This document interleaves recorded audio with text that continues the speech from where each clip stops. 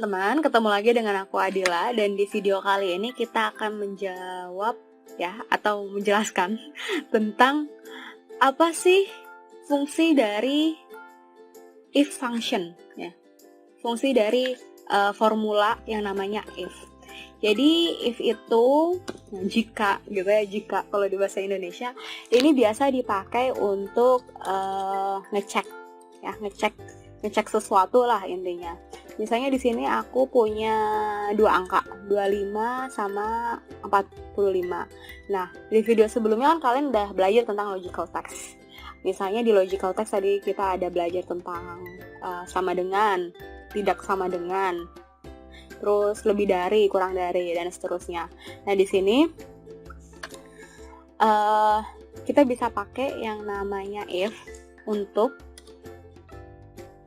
memberikan jawaban. Jadi misalnya kalau 25 sama dengan 45, maka aku mau ngasih jawaban true. Ya kan? Itu by default ya. Terus kalau misalnya salah, mau ngasih jawaban false. Tapi kadang-kadang kita mau, oke, kalau 25 itu tidak sama dengan 45, atau misalnya kalau D2 itu tidak sama dengan E2, aku mau ngasih jawaban yang lain. Misalnya jawabannya tiba-tiba pass, fail. Misalnya kalau nilai nih ya, nilai sekolah. Kalau anaknya itu nilainya di bawah 80, kita mau langsung ngasih jawabannya tidak lulus. Nah, itu kan mesti kita ganti sedikit kan, modify sedikit. Nah, ini kita bisa pakai fungsi atau formula if. Ini contohnya yang simple dulu ya. Kita masukin logical testnya tadi. Misalnya logical testnya aku mau apakah angka ya atau sel konten yang ada di sel D2 ini sama dengan misalnya yang ada di E2 ya. Kalau misalnya aku nggak masukin apa-apa, D2 sama dengan E2 nggak? Oh, ini kita mesti masukin nih, harus value if true, value if false. Jadi kalau misalnya benar, kita masukkan ini true. Kalau salah, kita masukkan ini false. Nah, ini nggak sama. Kalau nggak sama berarti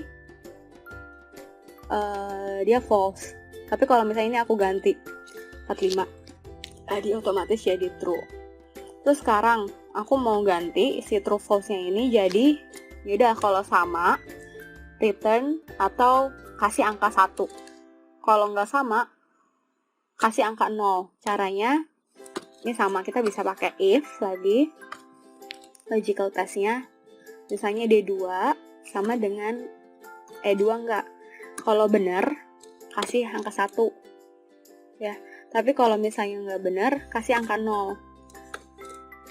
Nah, ini dia akan keluarnya 1 atau 0. Ini bisa diganti-ganti juga nih. Ini kalau misalnya aku 55, dia otomatis jadi 0. Nah, ini kadang kita mau ngasih nilai kalau true, misalnya angkanya jadi 10 atau ini jadi 20. Ini juga bisa, dia otomatis. Jadi fungsinya tuh intinya satu logical testnya dulu, ya logical test yang di video sebelumnya. Terus baru jawaban kalau benar tuh apa, kalau jawaban salah itu apa. Ya, ini di sini aku mau ngasihnya 1 atau 0. Oke. Terus ini pass fail, ya lulus atau gagal. Nah, di sini misalnya aku mau nanya if misalnya ini lebih besar D2 lebih besar dari E2 ya, maka ini lulus. Berarti aku taruh pass. Oke. Kalau enggak, bisa kasih fail. Nah, dia otomatis kalau karena di sini aku angkanya 55 ya, dia lulus jadinya. Karena minimumnya adalah 45, jadi dia lulus. Jadi pass fail. Jadi sama. Terus di sini ada pingin jawabannya harus capital, pass atau fail. Ya. Oh ya, ini juga jawabannya juga bisa refer ke sel yang lain nih. Jadi misalnya kalau pas, ini kan aku ketik manual ya, jawabannya pas. Aku mau kalau misalnya benar, kasih konten yang ada di sel G1. Kalau dia itu di bawah 45, kasih konten yang ada di G2. Nah, dia otomatis sama juga jawabannya, pas fail. Terus sekarang aku mau kapitalin, kan di text function kita udah belajar ya cara nge-uppercase sama lowercase. Nah, ini kita bisa juga nih dipakai sama dengan, jadi jawabannya karena formulanya sama, jadi aku pakai aja yang ada di sini. Aku kopas. Oh ya, karena ini refernya ke D2, jadi ini jangan lupa ya, referensinya dibuat absolut, berarti dikasih dolar di sebelumnya.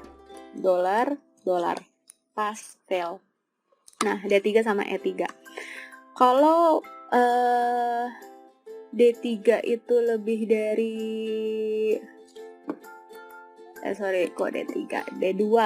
D2 itu lebih dari E2, dia pas. Kalau enggak, fail.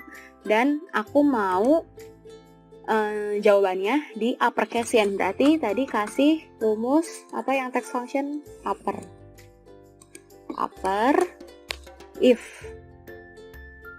D2 lebih besar dari E2 maka pas, kalau enggak dia fail. Nah, dia langsung jawabannya jadi pas. Ini juga sama nih, yes atau no. Aku copy aja. Ini bisa langsung pakai yes, no. Ya, yang ini juga tadi bisa kita, yang pas sama fail tadi kita refer ke G aja. G1, yang ini ke G2. Nah, pas. Oke. Terus sekarang ini lebih advance sedikit nih ya. Misalnya aku mau bilang kalau misalnya D2 itu lebih besar dari 45, aku mau jumlahin D2 sama E2. Jadi 55 mau dijumlahin sama 45. Tapi kalau enggak mau dikasih 0. Nah, ini caranya kita juga bisa nih masukin formula sama dengan if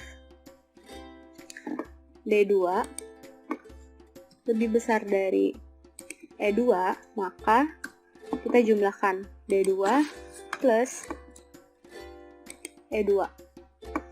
Kalau enggak, 0. Ya, karena kebetulan D2 itu lebih besar dari E2, jadi dijumlahin tuh jadi 100. Tapi kalau enggak, nah ini 25. Dia langsung jadi 0.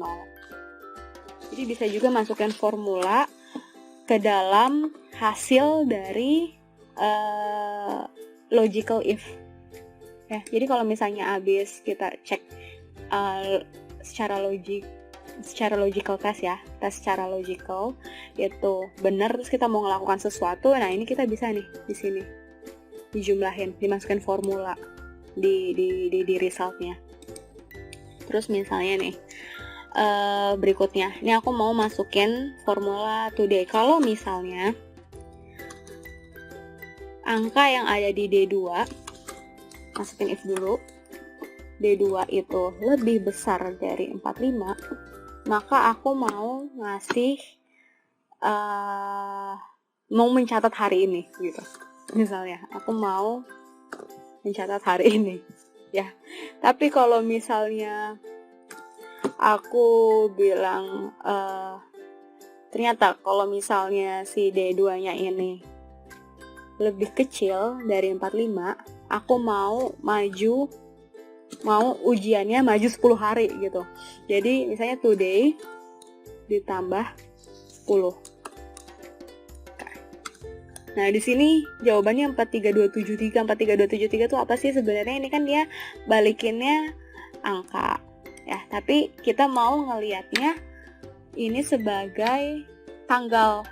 Ini tinggal ke home, habis itu balik ke numbers. Di sini ada grup ya, grup ribbon group ya, namanya numbers, ke sini klik ke short date. Nah, karena hari ini tanggal 22 Juni dan D2 lebih besar dari E2, maka dia langsung otomatis keluar 22 Juni 2018. Tapi kalau ini kita ganti jadi 10, dia ke 2 Juli 2018. Nah, ini deh sebenarnya apa yang bisa kita lakukan dengan if function. Semoga berguna